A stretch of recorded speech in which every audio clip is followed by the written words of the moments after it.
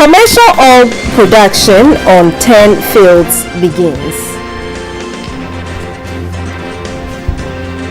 500 Hajj pilgrims to be airlifted from Tamale to Saudi Arabia tomorrow.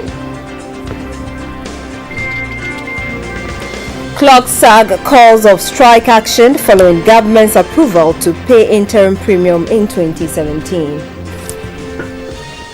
Having you for company here on News on GBC24. We're also live on GTV as well as on our website at www.gbcghana.com. My name is Abdul Hayi Mumen. And my name is Akbene Avo Ajaja. Robert Frimpomans is also here.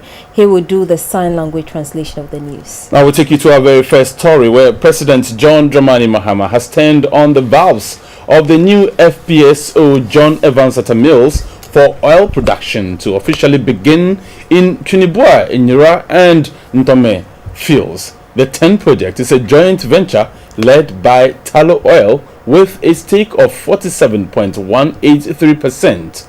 Other partners include Cosmos Energy 17%, Anadaco Petroleum Company 17%, Ghana National Petroleum Corporation 15%, and Petrol SA 3.815%. The new vessel FPSO Atta Mills is expected to produce 80,000 barrels of oil per day at full production.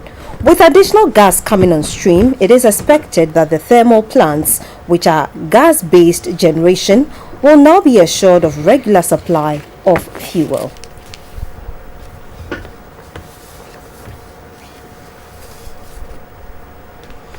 We now take you to the northern regional capital of Tamale, where all is set for the airlifting of pilgrims from the Tamale airport to Jeddah in Saudi Arabia for the first time ever. Now, the first flight with 500 pilgrims is scheduled to take off on Saturday. This has become possible following expansion works on the Tamale International Airport. This includes the extension of the runway, the construction of a new tarmac, and other vital installations. 3 batches of 500 pilgrims each are expected to fly from Tamale to Jeddah on Friday, Saturday, and Sunday. Now, earlier we spoke to our northern regional correspondent Mutala Isa on the preparations so far being made. Well, it is a moment everyone has been expecting. People are still feverishly waiting for the first takeoff of a flight from Tamale to Jeddah. Now, this has never happened in the history of this country, and for most residents of Tamale, it is a great moment to savor. Now, today at the airport, we witnessed the final painting of the tarmac and then the runway. The ground lighting systems have also been put on, and security services at the airport were busy doing their final checks, and everything seems to be in order for tomorrow's takeoff at 2:30 exactly. But we were at the Jubilee Park a while ago, and the area is a beehive of activity. People have started setting up markets. They are selling all manner of Islamic clothing, hijab, and rosaries. Now, in preparation for those going to Mecca, some Hajj agents were also seen there. For some of these Hajj agents, it is a historic moment. Not only that, they are also very pleased that they can just move from their home, walk across to the Tamale Jubilee Park, where the Hajj village has been set up, and conduct their businesses. For them, it is a huge departure and a reduction in cost, because they would have been spending time in Accra now doing their final checks. But fortunately for them, we have the airport now today, and people will be able to move from their houses straight to the Hajj village, to the Tamale airport, and straight to Jeddah without any hassle.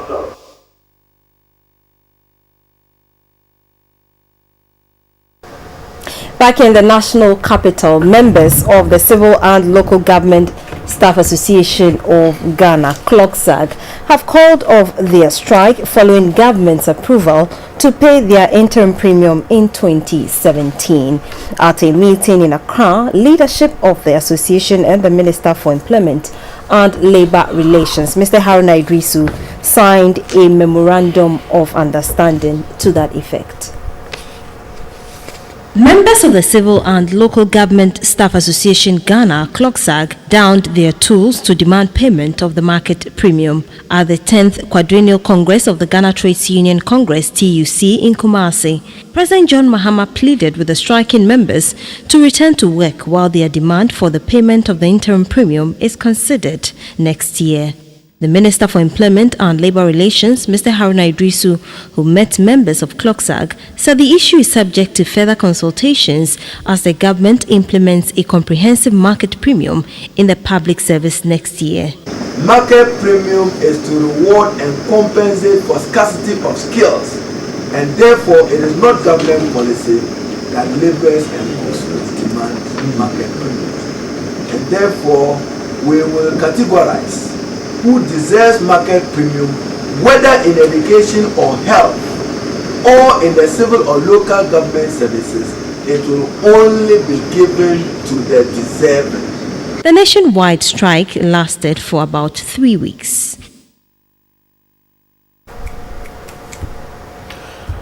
Well, in other news, Vice President Kwesi Arthur has assured Ghanaians of a safe and incident-free elections come December 7th this year. He said the popular will of the people will be upheld. Mr. Arthur gave the assurance at Takwa in the Western region when he attended the 9th Biennial Conference of the Methodist Church Ghana. Nuto Bibini Nuto has more.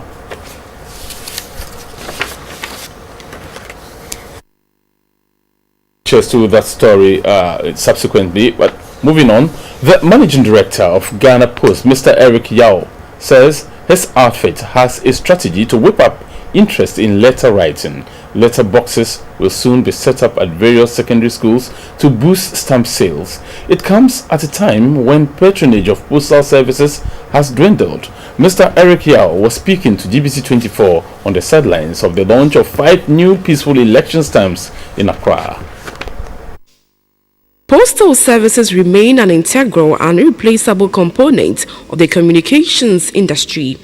The key regulator and provider of services within the communications sector in Ghana is the Ghana Post. It is the medium through which information was communicated through letters, mails, parcels, and other modes of circulating information between people, institutions, departments, and agencies, and among organizations and businesses. However, the viability of the postal industry appears to be flowing backward in the current competitive communications industry. Mobile communications are experiencing faster growth rates in low-income countries. Consequently, this affected the ability of the organization to generate revenue, retain its workforce, and a decline in the volume of mails delivered. The managing director of Ghana Post, Mr. Eric Yao, said key initiatives will soon be rolled out to make postal services more effective. Stamp sales are still about number 3 or 4 top earners for Ghana Post. In as much as stamp sales have gone down, it's not as bad as we think, or as we make it. The idea is to encourage people to do more posting of stamps, and then when we have innovative postcards and so on, those ones also kind of go out a lot. We are going to soon also launch competitions in schools, which will get people to write letters to each other. Another thing we're going to be doing soon is that we're going to be putting letter boxes in secondary schools, and then we'll be promoting them to the students. We want them to write letters. There are some who believe that the decline in the patronage of postal services has had adverse effects on verbal communication skills, especially among children. As parents, we are very much aware that the kids of today don't really like reading and writing.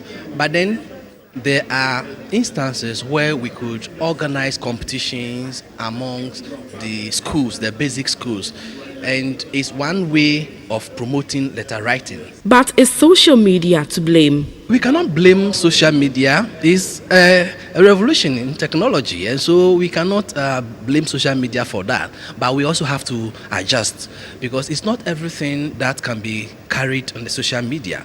And if you talk about letters, there are some things that you cannot use social media to transmit. And therefore, the post will still continue to be very relevant in today's society. Mr. Eric Yao also disclosed that his outfit will soon venture into the real estate and banking industry to boost sales. It is hoped that all the variables contributing to the decline in postal services will be effectively considered to ensure that the postal service industry continues to function effectively. For GBC24, Shirley Bewa reporting. A domestic violence report indicates that nearly 3 in every 10 women and 2 out of 10 men experience domestic violence. The British High Commissioner, John Benjamin, has called for an end to all forms of domestic violence. A report by Cyril Fori. The report provides an insight into the incidents, attitudes, determinants, and consequences of domestic violence among close to 5,000 respondents aged 15 to 60 years in Ghana. Domestic violence, as defined by the Act 732, is an abuse by one person against the other in an intimate relationship, including marriage, cohabitation, dating, or relations within the family. The report stratifies the different forms under social, physical, sexual, psychological, and economic violence. It was noted that psychological violence was more predominant among women, followed by social, economic, sexual, and physical violence. Men, too, suffer the same trend. The only variation was that they suffered more physical violence than sexual. Per the statistics, this trend has persisted in the last 2 decades. The state of domestic violence in Ghana is not good. We need to step up efforts to protect our society, to protect the people in this country against domestic violence. After 2 decades, that is 20 years, we still have the same statistics. Nearly 3 out of 10 women, 28%, and 2 out of 10 men in Ghana have experienced domestic violence in 12 months prior to this study. The research was funded by the British government agency DFID. The High Commissioner, Mr. John Benjamin, called for a concerted effort to end domestic violence since the act of the crime towards the strides made in the country. No society anywhere can ever fully develop if half of that society suffers some degree of marginalization and exclusion. The journey is not over just because a report has been published. Indeed, it has barely started and continues after today, with each and every one of us needing to be actively involved. A key objective of this study is for the evidence generated to be used to advance legal policy and programmatic interventions to reduce the levels of domestic violence.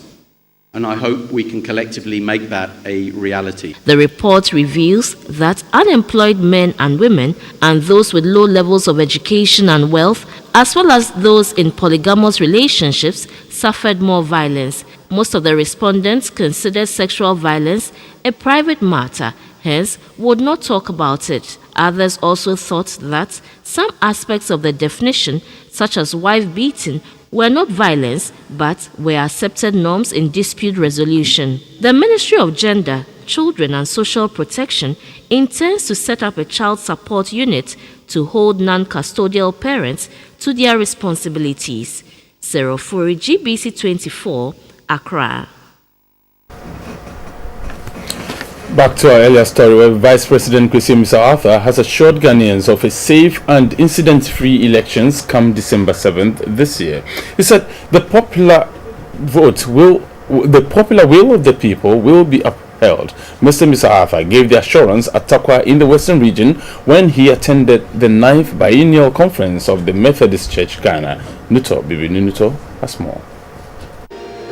The Gadiel Aqua Cathedral at Takwa in the Western Region played host to the hundreds of leaders and lay church workers of the Methodist Church Ghana from across the country and beyond.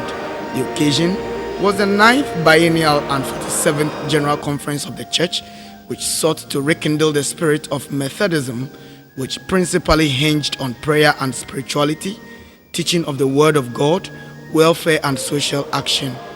Participants of this year's week-long conference are deliberating on the theme, Go and Make Disciples of All Nations, rekindling the Methodist evangelical heritage for church growth. This, the presiding bishop of the Methodist Church, the Most Reverend Titus Awotwe Pratt, said, was not about dogmas that proved difficult to practice, but a simple, sincere life that will lead many believers to eternal life. And church growth here doesn't simply mean establishing chapels and building temples and basilicas and cathedrals or pavilions or counting the number that we're able to win for Christ. It simply means make the life of the Christian better and attractive, that when they look at us, many will come to faith in Christ. This is church growth. Church growth doesn't creep out of titles and positions in the church. It doesn't come as a result of management in the church. It comes when people believe in God. The Bible comes alive in the heart of people and they live in accordance with the scriptures. Recounting the contribution of the Wesleyan mission to the development of the church, Vice President Kwesi Mr. Arthur said it gave cause to celebrate the founding fathers of the church, but also put a burden on current generations to be patriotic and selfless. I hope that we'll also be remembered for what the work that we do now. Our schools are collapsing and we need to maintain and expand them. So even as we seek to take over our schools, we need to make further sacrifices. We need to make further sacrifices for the growth of the church, because we want to rekindle the Methodist heritage that has provided ethical and moral leadership in our country, in the weekly sermons that we hear, in the books that they have written, that we all read and enjoy. As the spotlight of the 9th Biennial Conference of the Methodist Church is thrown on the church growth, the clarion call is for soul winning for Christ, in line with the church's mission to be equipped for ministry to the world through the demonstration of Christian faith and love. Nto Bibininto, GBC24, Takwa. Now, fire gutted an ECG substation transformer at Hot Coffee Nima, a suburb of Accra, this afternoon. According to residents, there had been a power outage in the area since Tuesday. However, 30 minutes after power was restored, they saw smoke emanating from the transformer before it burst into flames. Officials from ECG and the Ghana National Fire Service arrived an hour later and brought the fire under control. Fortunately, there were no casualties.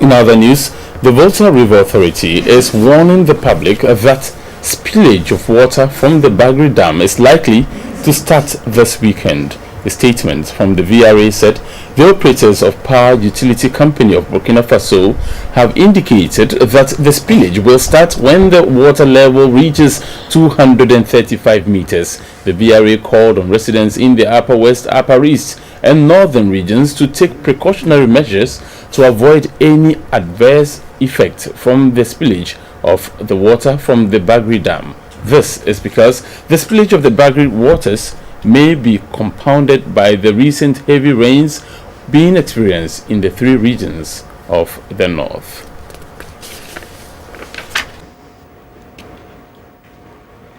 Good evening, you're most welcome to the business news. My name is Esther Edu Ohumeu. Ghana today started commercial oil production on the Trinidad and Yura and Tome 10 fields. The field is expected to produce 80,000 barrels of oil per day at full production. While the oil goes a long way to support Ghana's foreign exchange, the 180 million standard cubic feet of gas per day will to a large extent boost the country's energy supply. GBC24 earlier today spoke to Dr. John Gatti, an economist, on what TEN brings to Ghana's economy. I think the benefit is so great. Already we know that even though the amount we are getting from oil is not so huge, but we see a plan of projects and programs which depend on oil revenue. The project which is being undertaken in Ghana, the oil undertaken through the utilization process, and how much you get in addition to the carried interest also depends on how much your contribution is within the unitized process. So for me, I would not say it is bad. I will only say that is a reflection of what we are willing to contribute as a participation. But beyond that, I do know that there are other benefits that we are going to get in terms of surface rentals, in terms of corporate tax, etc. We should not also forget about our benefits in terms of corporate social responsibility. We should not forget about our benefits in terms of the local content. So if we want to assess our total benefit from oil, it's not only with respect to the 15%, but we must look at it from a holistic point of view. Siemens, an oil and gas company, has entered into partnership with some Ghanaian companies in the oil and gas value chain to ensure improvement in energy supply. The chief executive of Siemens, Mrs. Sabine Dal Omo, said the company is committed to foster partnerships with Ghanaian companies to build local expertise as well as promote economic growth through job creation. Siemens is a global technology powerhouse that has stood for engineering excellence, innovation, quality, and reliability for more than 165 years. The company is active in more than 200 countries, focusing on the areas of electrification, automation, and digitalization. It is currently one of the world's largest producers of energy-efficient, resource-saving technologies, and also in offshore wind turbine construction. Siemens is also a leading supplier of gas and steam turbines for power generation. The company is also currently rolling out a steam turbine project with Group 5 in Kpong, the largest steam plant in the country, contributing 350 megawatts to the grid. Another project underway is the Tema Thermal Power Plant. The Tema plant is being rolled out in 2 phases and includes the installation of 8 gas turbines in all. The plant has the advantage of flexibility in times of unsecure gas supply and will ultimately add 82 megawatts to the national grid. The chief executive of Siemens, an oil and gas company, Sabine Dal Omo, said Siemens would collaborate with Ghanaian companies to ensure energy availability. We are here for the long run, and we are having a strong interest to make a difference to society. For us, it's important what matters to the country. For us, it's important what matters to Ghana. That goes beyond the oil and gas business. We think in dimensions of how the country can be developed, because when we look into the global crisis, we see that water and food will be in the long run the decisive factor of where people will fight over.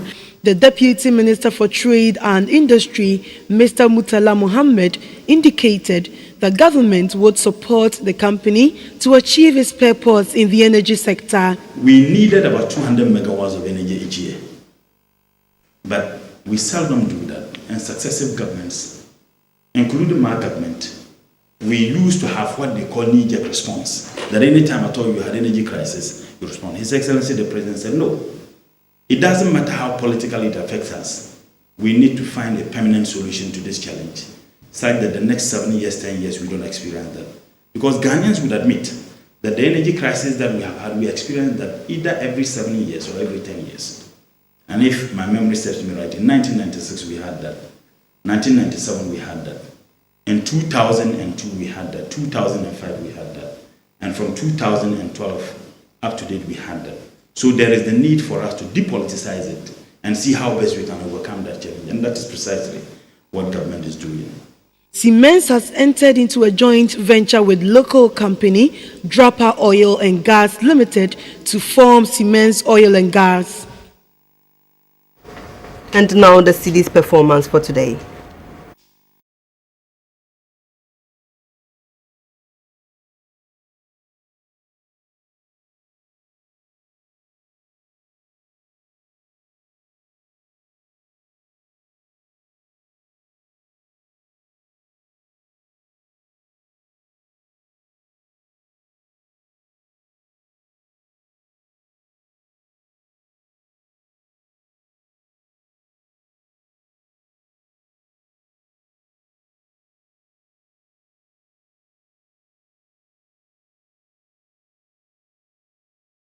The Commodity Board is up next.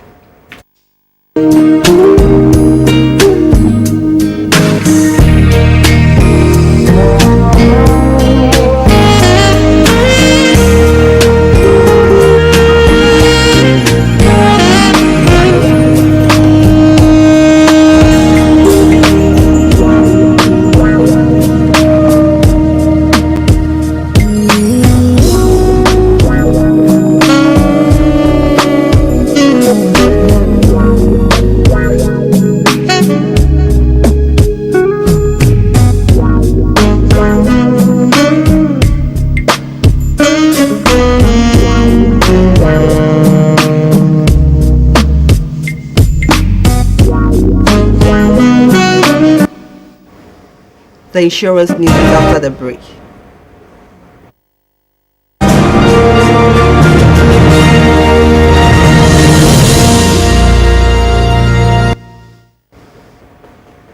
The insurance news is brought to you by SIC Life. Aetna, a major health insurer in Barack Obama's healthcare system, Obamacare, has withdrawn its services.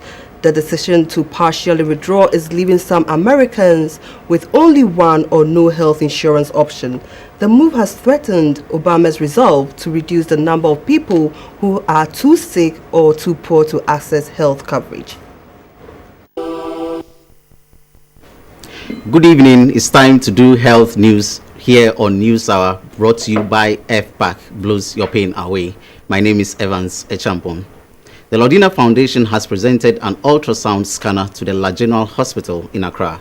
The multi-purpose scanner is used to diagnose pregnancy-related abnormalities, which otherwise could have resulted in unexpected emergencies during delivery. The Lodina Foundation has been supporting government in making healthcare service delivery accessible to all, especially women and children. The foundation believes that no woman should die whilst giving birth, hence the donation.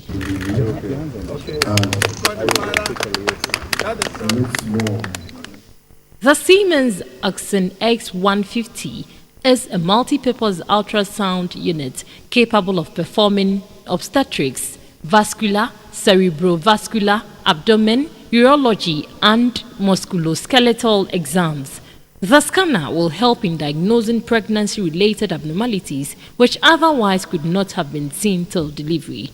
According to the medical director of the La General Hospital, Dr. Ebenezer Odro-Mensah, the donation has come at a time when the hospital is battling with a number of maternal deaths, including stillbirths and newborn birth emergencies. He was grateful to the Lodina Foundation for spearheading the donation to the hospital. The acting director of the Ghana Health Service, Dr. Gloria Kwanzaa Asari, was optimistic that the equipment will be used for its intended purpose. The Minister of Health, Alex Segbefia, said government is committed to efforts at reducing maternal deaths in the country. We believe that if Ghanaians had increased access to quality integrated health services, increased availability of community health resources, strengthened and responsive health systems, and improved governance and accountability in the health sector, then they will experience more equitable improvements in their health status. We are grateful to Siemens and the Lodina Foundation for this kind of gesture.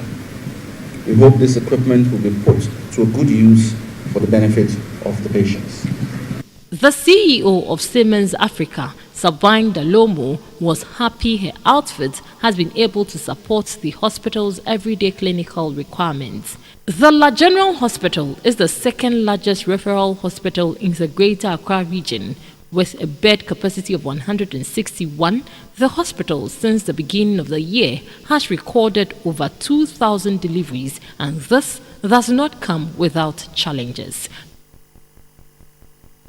And moving on, construction work on a 36-bed capacity maternity block has begun at the Sunyani Municipal Hospital in the Bono Ahafo region. The Sunyani Municipal Hospital made an appeal to the First Lady, Mrs. Lordina Mahama, when she visited the facility. Upon completion, the about 530,000 cedi edifice is expected to enhance quality healthcare delivery and ease pressure on the old maternity ward. GBC24 visited the current maternity facility at the hospital. The public health nurse of the municipality, Madame Sarai Japon, said her outfit has been battling with congestion due to limited space. Currently, the ward has the capacity to admit 17 expectant mothers at a go, and this, she says, is woefully inadequate since the ward regularly attends to more than 17 pregnant women daily. The maternity block project is being financed by the Sunyani Municipal Assembly through its internally generated fund, IGF. The maternity block, which is estimated to cost 530,000 Ghana cedis, would comprise 2 maternity wards and other allied facilities, as well as offices. The project is expected to be completed in 18 months. The MCE for Sunyani, Kwesi Opong Ababio, said the gesture is in line with the government's commitment towards improving healthcare delivery in the region.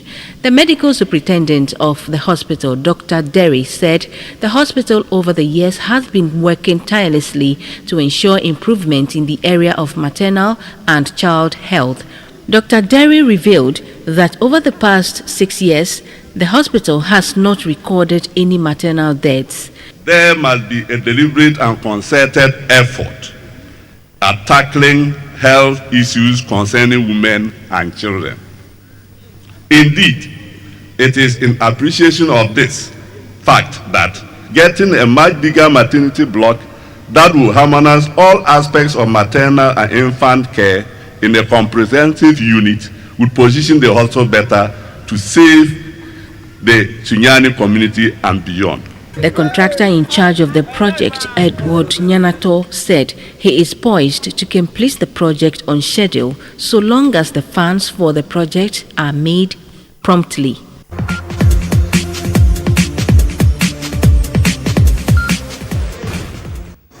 Good evening, my name is Rebecca Ewa. Glad to come your way with the sports side of the news. Now, the senior national male hockey team, the Black Sticks, have intensified preparations ahead of the upcoming International Hockey Federation World League Round 1 series. The tournament, billed for September 9 to 11, will be held at the Tudosia Okon Hockey Stadium in Accra.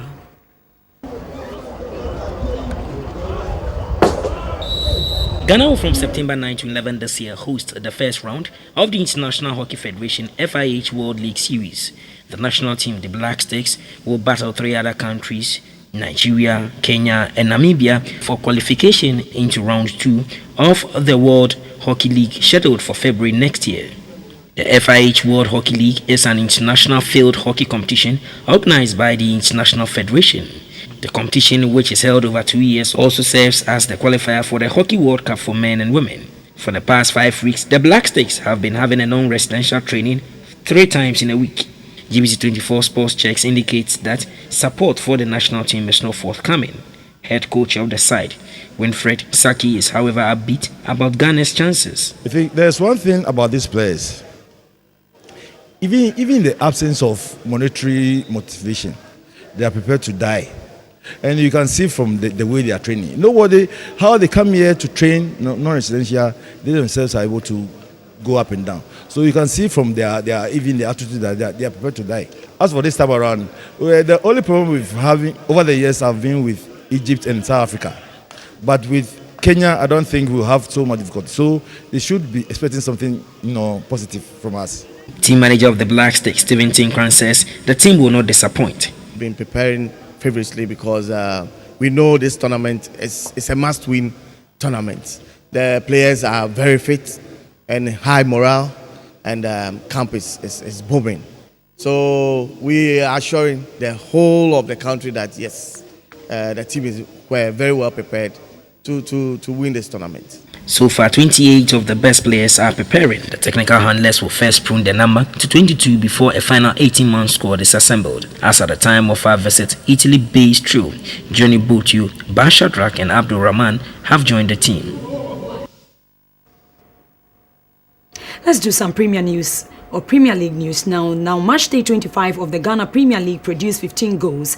Here are the results. In Bechem United thrashed Mediama FC by 2-0. Wafa also carried the day by 1-0 against Dreams FC, and Ashgold also carried the day with 2-0 against Liberty Professionals. Kotoko and Adriana Stars match drew goalless, and in Brekum, Chelsea also beat Hazakes by 1-0. It was 2-2 against Inter Allies and Ebusua Dwarfs, and in Wawa All Stars and Hearts of Oaks match also drew 1-1. Techiman City and New Edubiase's match ended up with New Edubiase taking the day by 2-1.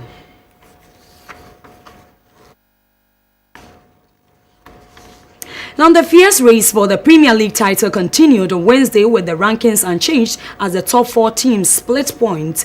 Here are the standings after match day 25 of the ongoing Premier League. While All Stars, after playing 25 matches, was able to garner 42 points. Adriana Stars 41 points, Hearts of Oak 41 points, Kotoko 40 points, Wafa 37 points, Dreams FC, after playing 25 matches, has 36 points. Dubiase Busua Dwarfs has 34 points. Mediama SC 34 points. Ash Gold 33 points. Chelsea has 33 points.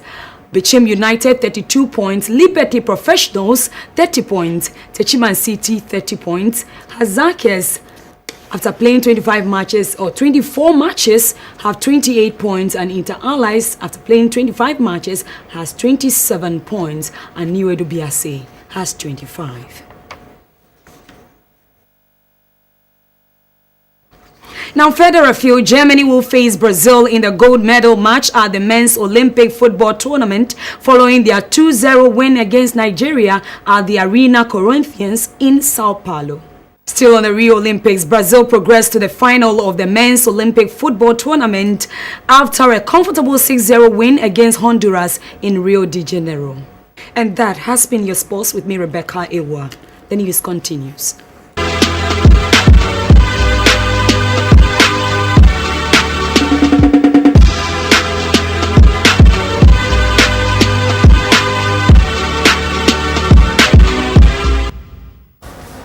Welcome back to the news. In the Arts and Entertainment segment and on our Throwback Thursday, we relive the hip-hop moments of the group Run DMC. The hip-hop group brought variety into the industry with their style of fashion, lyrics, and performance.